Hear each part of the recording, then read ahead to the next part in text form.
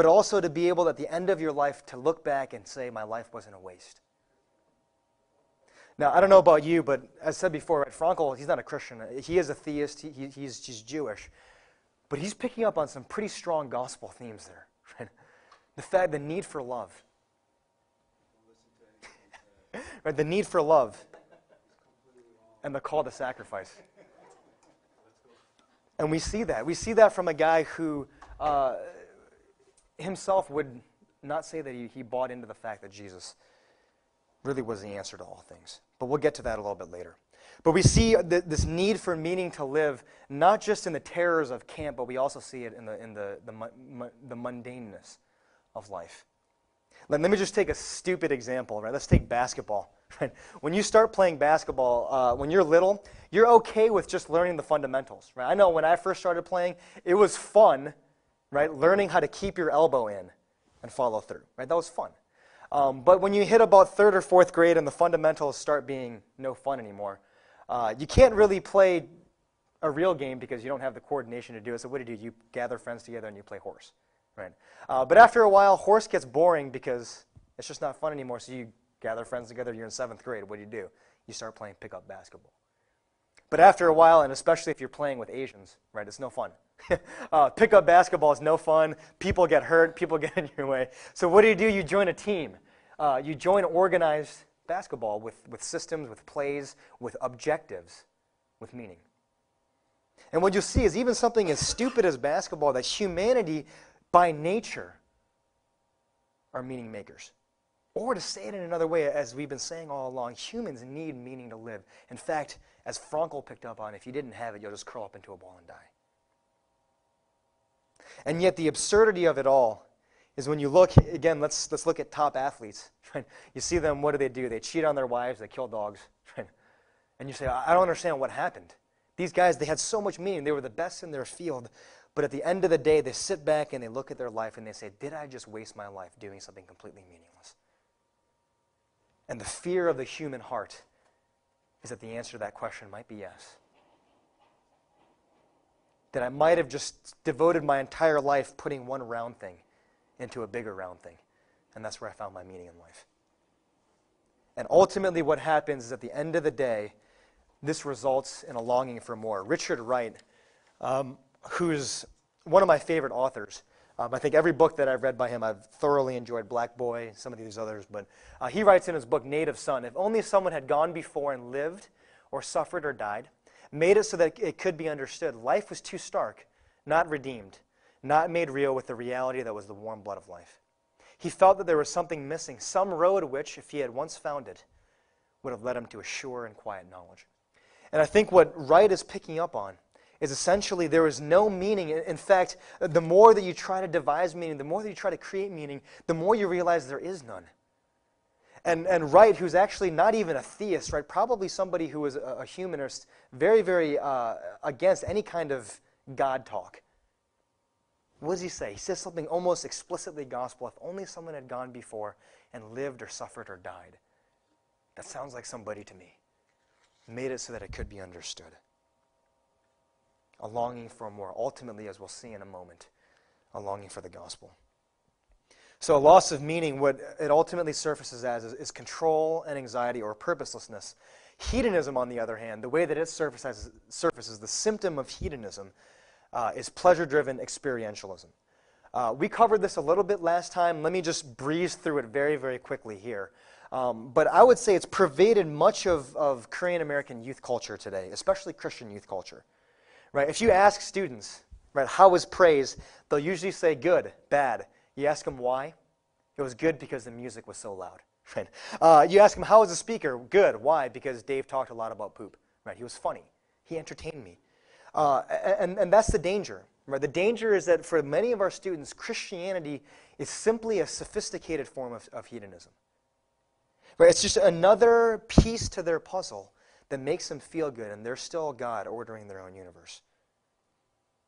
And let me just say, as way kind of a pastoral note, right? This is why we need to be utterly careful about experientialism. Not experience, right? Experientialism, I think, in Christianity. Right? That we might actually be feeding an idol rather than curing it. This is why we see inconsistencies in our students' lifestyle, right? I'll drink on Saturday night, lead praise on Sunday, because they both make me feel good, right? This is why for most of our students, when they go to school, they won't get made fun of for being spiritual, as long as you don't say that Jesus is the only way. Right, this is why most of our kids, if you look at their faces, right, it's what I call the junior high boy video game face, right? It's just ultimate boredom. Right? These students have chased pleasure after pleasure after pleasure after pleasure, and they're blank. And as Augustine has so well coined, I'm sure you guys have heard the quote, that God has made us restless, right, until we find our rest in Him. That's what's going on with a lot of our students. This is why also there's a pervading sense of loneliness. Right? That our students, yes, they've been given God-like powers to create their own reality, but they're the only one who sits there. They're the only one in it. And ultimately, just like how a longing, right, this desire for meaning left the students longing for more, and as Richard Wright picked up on, specifically the gospel, again here, hedonism leads them longing for more. Chalmers writes in his work, The Restlessness of Human Ambition. Listen to this quote. It's awesome. Man lives in futurity. It is not the reality of today which interests his heart. It is a vision of tomorrow. But as the distant object draws near, it becomes cold and tasteless and uninteresting. The only way in which the mind can support itself is by recurring to some new anticipation.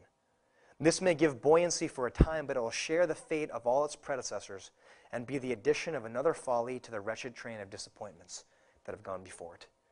The whole history of our day is made up of one fatiguing race of vanity and restlessness.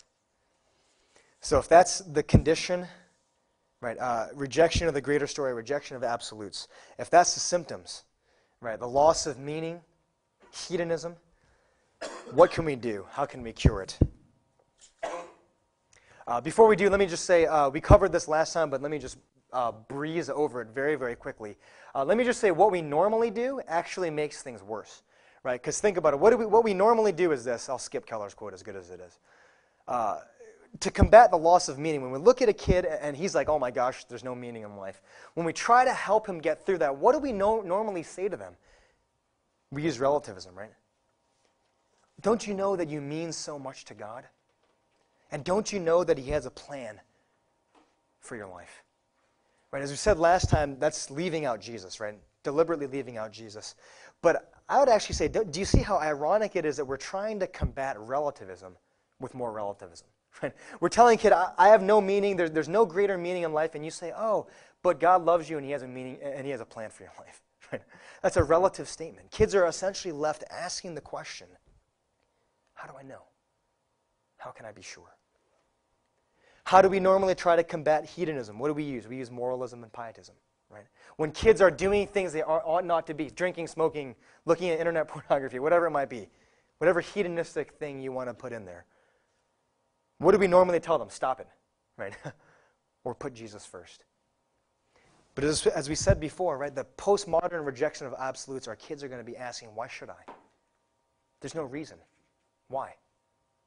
As we talked about last time, the grip of sin, the grip of hedonism is far too strong. Our kids are left asking, how can I? And again, as we covered last time, it might actually be leading them to destruction, self-salvation efforts. So what do we do? I think there's a two-step thing here, right? Obviously, it's the gospel, but two steps here. Tell them their story and tell them God's story. Okay? First, tell them their story. Show them that everything that they look to for meaning and pleasure fades and fades them. I'm not going to dwell on how meaning and pleasure fade because I think that's a well-worn path. Christians talk about that all the time, right? And you know how to do that.